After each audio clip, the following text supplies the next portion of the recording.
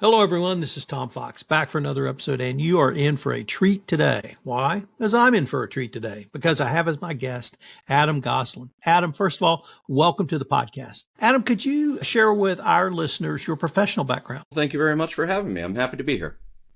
Sure. I came up the ranks of IT. I started as a developer. That was a short-lived experience, and then I moved into more project management, team management in the IT arena. I kind of had that, which way do you want to go? Do you want to stick as a gearhead, or do you want to move up the ranks of management? So I chose management. So started leading teams of developers. Did that through several different organizations. Primarily governing over application development teams, doing application development for various organizations.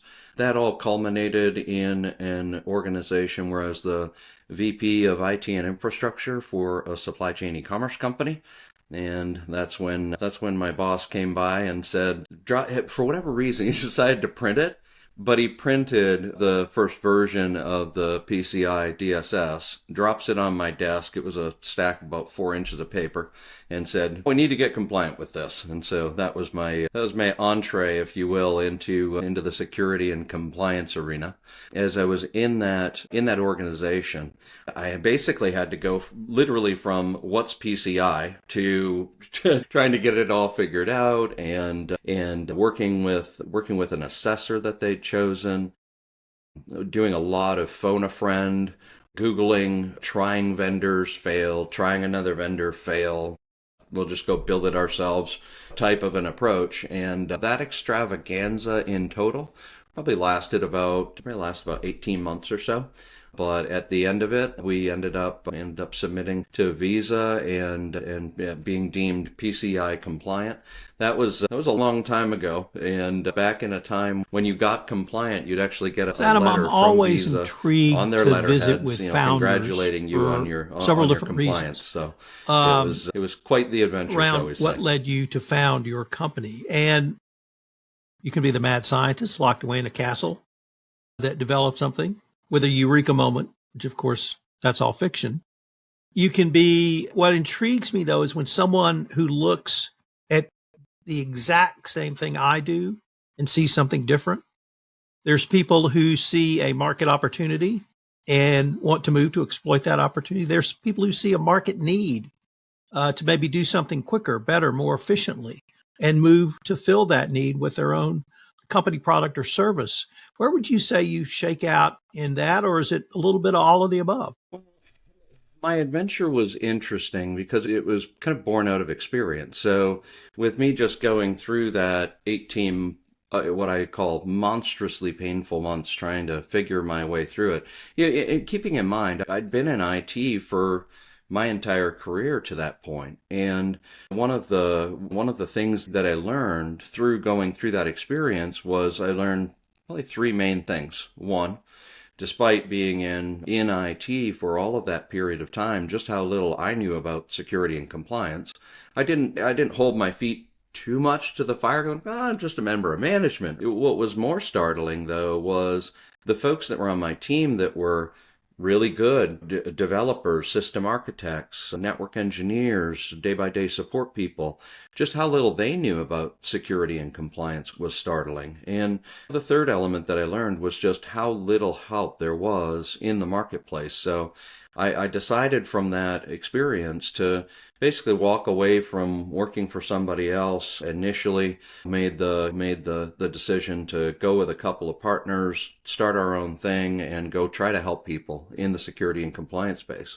And I spent about 3 years doing security and compliance consulting engagements. I did those across PCI, HIPAA, NIST, SOC, ISO, and a bevy of other standards.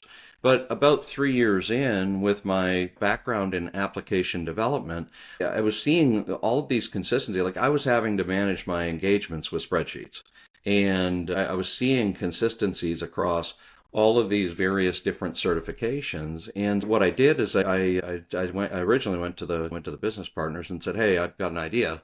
Let's make a system that'll help to manage this stuff better." And I was promptly told, "We're not doing that. But if I wanted to, I could do it in nights and weekends." So I said, "Sure, no problem." So I pulled together a bunch of people that I knew, and it was kind of the real traditional story of how things, these little ideas start. It was four dudes in a room above a garage, sitting around a whiteboard and spending time just designing out a better way to manage these compliance engagements, because it was so astronomically painful to do with an Excel sheet. And I don't know, by the time I got to about the 5-year mark with the partners, I walked away from that. I started a little company called Total Compliance Tracking. We had spent about 2 years kind of designing the bones of what is now the TCT portal. We spent about 1.5 years building the first iteration or version of it, while continuing to do security and compliance consulting, and then went about launching the TCT portal. We launched that in 2015 and have been kind of up running and doing that ever since. Back to your original question of what led me to go do this, is honestly I like helping people, and I really wanted to help people with their management of compliance. I knew there was a better way to go about doing it. Most certainly I wanted to build a system that would make my world better, but as it turns out, it's a system our that flavors would of also make compliance a lot just a little bit different. lives Mine better is more at the same anti-corruption, time. So that's the money laundering, that's that the sort answer of thing. for kind Yours, of data what led privacy, to it, data if you will. protection, data security. But your marketing is one of the most unique I've seen because of some of the phrases you use. And in my world, people may think these things, but they certainly don't say them in their marketing. Things like how TCT makes compliance suck less. And I think many of my business partners have considered that phrase over the year. Peace of mind, I think, is something everyone's comfortable with. But why is your marketing strategy designed to literally help compliance suck less? Because there really is a question in here. What you talked about when you originally were exposed to compliance became a market differentiator for your company, to the point where Visa said you are now compliant and we will use you because of that. So I see, for a vendor or a company in the supply chain, being compliant is a true market differentiator and not really something that has to suck less. Yeah. Well, Really? in terms of the market, one of the things you'll learn about me is that I'm very, very direct, very to the point. There's not a lot of mystery. And so it was a good part of the reason why, honestly, what the fun part about this is that it took me years to convince the sales and marketing crew to get on board with kind of what I was thinking. And after we kind of tried to be the prim proper thing in the earlier days and whatnot, but I kept pressing I just want to be real about this, because at the end of the day, that's really what it's about. It's about, we've got a kind of a badge on the website. This is making compliance management suck less since 2013. We went to one of the PCI user conferences. And when we showed up to this PCI user conference, it was just after I'd convinced the crew to come on board with me. We ended up it was around the time they were going to be releasing kind of PCI version 4. And so on the backdrop of the booth, I literally put up there, it was something along the lines of "Get your PCI DSS V4 shit together," on the back of the booth. And you know what the funniest part about it is that members of the PCI Council were coming over to our booth and taking selfies in front of the backdrop of the booth and plastering that out. For anybody that's really interactive with us, knows me, how we do, we're just real. Yeah, at the end of the day, it's like I said, I got into this space to try to help people. It was real startling realization just how little people I knew about security and compliance kind of walking into it. And with total compliance tracking, we really fill the need for any organization that's subject to compliance or that is assisting compliant customers or that's performing assessment or audit functions against literally any security or compliance standard anywhere across the globe. Some example certifications. If you go to the TCT website, you can go to certifications and then all certifications, and that's a current list of all the certifications we have. When we first started, we ended up centering on PCI DSS just because it was intimately familiar to us and whatnot. But from there, we just started adding standards and certifications. And we'd add HIPAA, then we'd add SOC, then we'd add a flavor of ISO, another flavor of NIST. The next thing I know, I've got, and this is one of the things that we tell our clients is that, look, if you're a paying client of TCT and you need a standard or a certification we don't have loaded, then we'll just go load it. And so it makes things substantively easier for the client base because they now don't need to worry about, geez, I've got the solution for this standard, but then I got this other solution for this standard. We just wanted to be able to have everybody use a consistent platform for managing their engagement. So they'll let us know as they have new ones. They'll let us know as they're hearing of new versions coming out, etc.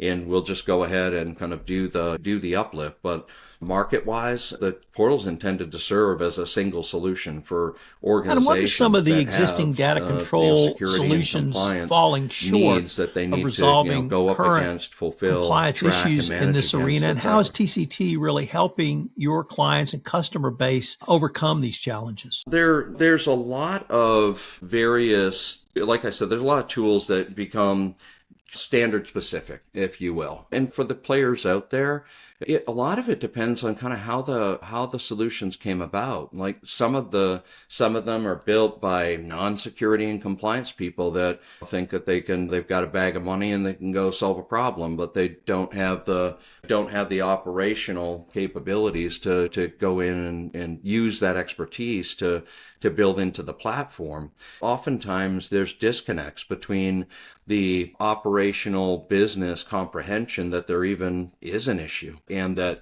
they need to invest in their program. There's a number of things in that arena, in that space that kind of play into it and where they come up short, but I almost see it as the solutions themselves coming up short of the fulfilling those needs. And on the other side, the organizations that really need or should be kind of paying attention to their security, their compliance and whatnot, really comprehending the value of what they're doing. In some cases, it's interesting when you get talking to folks, them even recognizing that they've got a problem. One of the biggest things that I feel like that we've been kind of warring against, if you will, from the early days, is that there's a lot of organizations that will take this approach that I have IT people or I've got this outsourced IT vendor, so they must know how to do this stuff properly. And the stark reality is that for day-by-day IT people, a lot of them, it's just not a realm of exposure that they have or get. Certainly if they have had some exposure, it's usually in a limited form and kind of not broad scope. So it's really tough for organizations to get looking down the road a little bit, how are you helping companies prepare for, to be able to bring that dare I into say, their 2030 and mid-century? One of the bigger problems too.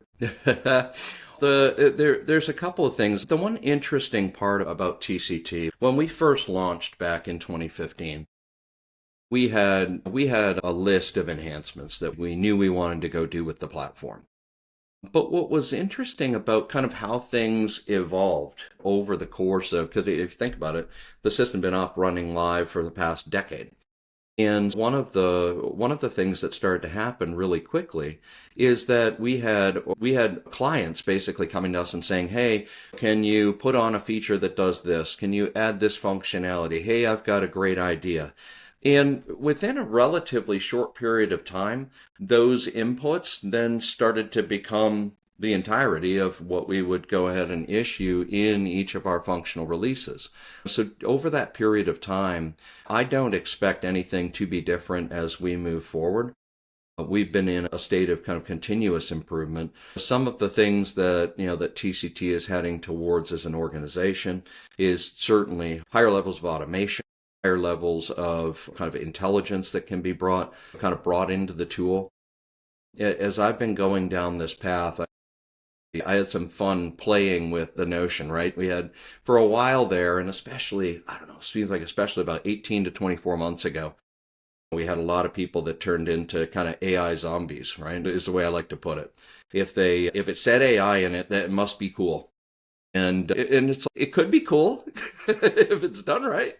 I had some fun playing around with a notion of automated intelligence, and as my acronym for AI, where there's a lot of things that you can do if you understand the space. There's a ton of things you can do with automated intelligence to facilitate and assist and streamline. TCT has been working a lot on automated intelligence enhancements to the platform and moving into the arena of true AI integration into the platform as well is another thing that we're heading into. But most certainly at the end of the day, regardless, I'm not a giant fan of the buzzwords. I don't instantly start zombifying myself, if you will. Instead, it's really about what do we really need to do to make these people's lives better? Let me turn to the resource section of your website. Do it in a way that's appropriate, that's right, that's got them where they need to be in an the difference manner. in many companies' marketing strategies, and I don't know if this is a fair characterization of what you have on there, but you have blogs, you have podcasts,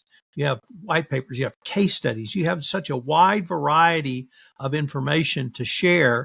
And I wanted to maybe ask you, why have you chosen to invest that? Now, you've told us a little bit earlier, you really enjoy helping people, and that's certainly a legitimate and valid reason for that. But it can also be used for marketing, or it could be used for some other reason. Could you maybe talk to us a little bit about your philosophy on the information you provide literally at no cost? Yeah. We started actually the blog. I think we started the blogging back in 2018. So that's been going for quite some time. We've been shooting for trying to put out material once a week. The podcast we've been doing now for about four plus years or so. The case studies, we'll pop those out as we can. But the philosophy behind it really was, again, to help people understand, help people get educated. It's been fun because I've had a lot of conversations with folks that got into an organization, were kind of thrust into the position of needing to be internally responsible for compliance, and being able to direct them over to the resources that we have over especially on the blogs. We've got topics on darn near anything in the security and compliance space. And so I'm able to use those to assist those folks that are boots on the ground. Yes, we can use it as supporting information for answering questions of either existing clients or prospects, assisting folks that are just trying to get into the space. It's one of the things that drove me nuts back in the day was that there really wasn't a plethora of information out there for folks to go to get, especially a plethora of information that was written in a manner that was just understandable. That was not written. It wasn't written to try to bamboozle somebody, but instead was written. It's a great set of resources, and I would encourage everyone to check that out. Really, the purpose behind I certainly putting have. the effort I've into learned a lot. the various resources. Adam, unfortunately, we are near the end of our time for this episode. But before we leave, I wanted to ask you if any of our listeners wanted to connect with you, find out more about total compliance tracking, what would be the best place or places for them to go? Sure. Getting to the website is a good spot. You can get there by going to gettct.com. That's a short form redirect over to totalcompliancetracking.com. Just Adam, I wanted to thank you again. I hope we can continue this conversation. Or you can follow us on LinkedIn or on X. We are listed as GetTCT. Sounds great. Thanks, Tom, for having me. Appreciate it.